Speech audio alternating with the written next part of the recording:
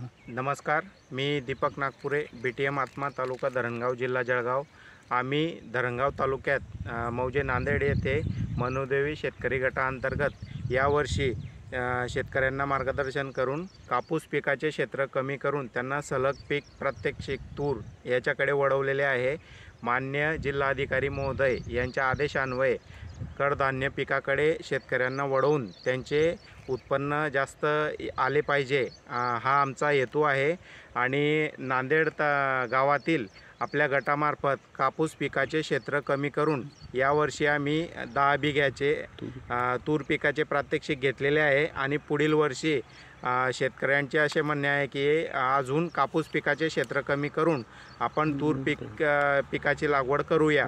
कारण कापूस आणि तूर या दोघं पिकांचे साम्य पाहता कापूस पिकाला जेवढी मेहनत लागते त्यापेक्षा देखील कमी मेहनत तूर पिकाला केली जाते।